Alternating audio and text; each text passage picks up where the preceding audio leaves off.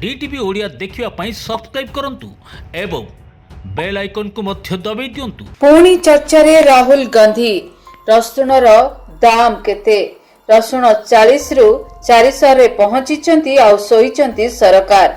Rahul Gandhi share कले परिबा market रो video. नमस्कार, देश विदेश रो अपडेट न्यूज सहित डीटीवी ओडिया को आपण समस्त को स्वागत।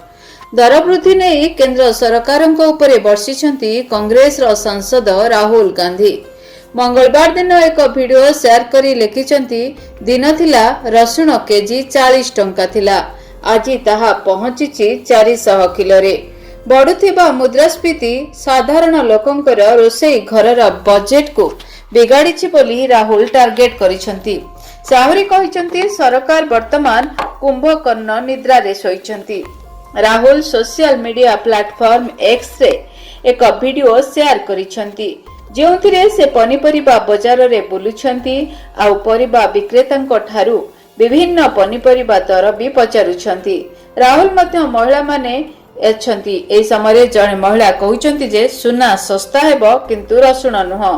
महिला जनक आउरी कहउछंती दिन किलोग्राम पिछा 30 रु 40 टंका रे उपलब्ध सालगम वर्तमान किलोग्राम पिछा 60 टंका रे मिलुछि।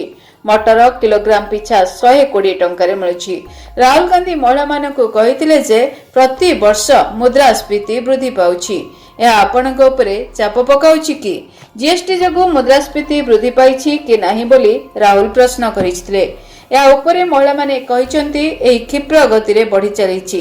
आसंता वर्ष फेब्रुआरी रे दिल्ली रे विधानसभा निर्वाचन अनुष्ठित हेबो। या पूर्वरु राहुल वर्तमान एक्टिव मोड रे अछंती। से अंबेडकर प्रसंग रे सरकार को चारियाडू टार्गेट करिसंती। दर्शक बंधु पुणी थे चर्चा रे अछंती राहुल गांधी। परिबा दुकान रे पहुंचिले पचारिले रसुण र दर, कहले रसुण आगुरु 40 टंका रे मिलुथिला एबे मिलुछि 400 टंका रे। विरोधी दल नेता राहुल गांधी को नहीं पुणी चर्चा जोर धरिछि। प्रथमे संसद रे शासक दलर सांसद को ठेली देबा नहीं तांको नारे अभियोग हेछि। ए कथा को खुद राहुल गांधी मानि भी नाहंती। एहा को नहीं तुम्भी तोफान मध्य होइथिला। एबे पुणी थरी परिबा दुकान रे पहुंची जो परि भाबरे रसुण कथा कहले ताहा को नहीं चर्चा जोर धरिछि। कारण राहुल कहिथिले पूर्वरु रसुण 40 टंका रे मिलुथिला, एबे ताहा 400 टंका रे पहुंचिलानी। हेले रसुण रेट 40 टंका क्यों जमान रे थिला ताहा बोधुए राहुल जानि नाहंती बोली सोशल मीडिया रे लोक कहलेनी। केंद्र रे एबे मोदी सरकार लगातार भाबरे तृतीय थर लगी केंद्र रे मोदी सरकार शासन करुछंती। पूर्व अपेक्षा एबे दरदाम बढ़िबारे लागिछि, सेथिरे कोनोसी प्रकारर द्विमत नाही। हेले रसुण 40 टंका रु हठात 400 टंका रे पहुंची नाही, एहा भी सत। तेबे राहुल क्यों परिस्थिति रे एभली कहिले ताहाकु नै चर्चा जोर धरिछि। सोशल मीडिया रे भाइराल हेउतिबा ए वीडियो रे कहा जायछि कि जणे महिला राहुल को चा पाई निमंत्रण देथिले आ महिलांकर निमंत्रण रक्षा करी राहुल पहुंचीथिले, किंतु एहा पूर्वरु परिबा दुकान रे पहुंचीथिले राहुल। परिबा दुकान रे केते रेट अछि ता जानिबाकू चेष्टा करिथिले। जातीय गणमाध्यम रे मिलुथिबा सूचना अनुसार राहुल को जो महिला जनक निमंत्रण करिथिले से कहिथिले एबे सबुर दरदाम बढ़िबारे लागिछि, केवल दरमा जहा बढ़ु नाही। या सुनिबा परे राहुल संगे संगे सरकार को समालोचना करिबा सहित सबु जानी सरकार चेई सोइतिबा कथा कहिथिले। ते कथा हला समय बदलुतिबा बेले सबु दरदाम बढ़िबारे लागिछि, किंतु राहुल केउंटु 40 टंका रसुण किनिथिले ताहाकु नै एबे भी प्रश्न करूछंती यूजर्स। तेरे दर्शक बंधु रसुणर दाम उड़ाइला राहुल गांधी होश। कांग्रेस सांसद तथा लोकसभा विरोधी दलर नेता राहुल गांधी साधारण जनता को अनेक समय भेटी थांती। किछि दिन अब चर्चा रे रहिचंती राहुल गांधी। संसद रे शासक दलर सांसदों को ठेली देबा घटना बेस सरगरम रहितला माहौल।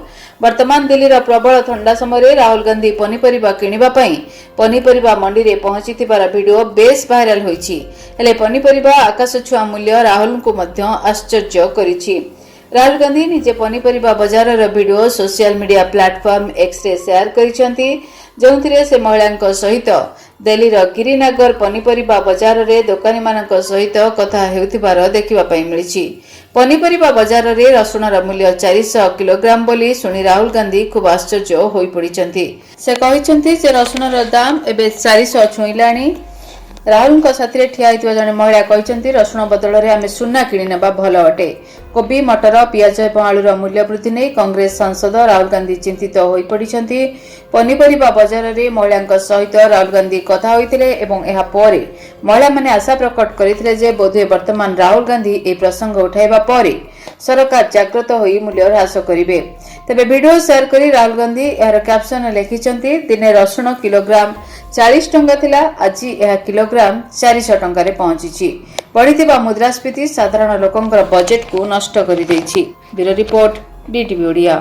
ଯଦି ଆପଣଙ୍କ ଜୀବନରେ ବ୍ୟକ୍ତିଗତ ପାରିବାରିକ ସମସ୍ୟା, କର୍ମକ୍ଷେତ୍ର ନିଯୁକ୍ତି, ବୈବାହିକ ସମସ୍ୟା, ବାସ୍ତୁ ଦୋଷ ଏବଂ ମାଲି ମକଦ୍ଦମା ଆଦି ସମସ୍ୟା ଥାଏ, ତାହେଲେ ସମସ୍ୟାର ସମାଧାନ ଓ ପରାମର୍ଶ ପାଇଁ ଆମକୁ ଯୋଗାଯୋଗ କରନ୍ତୁ।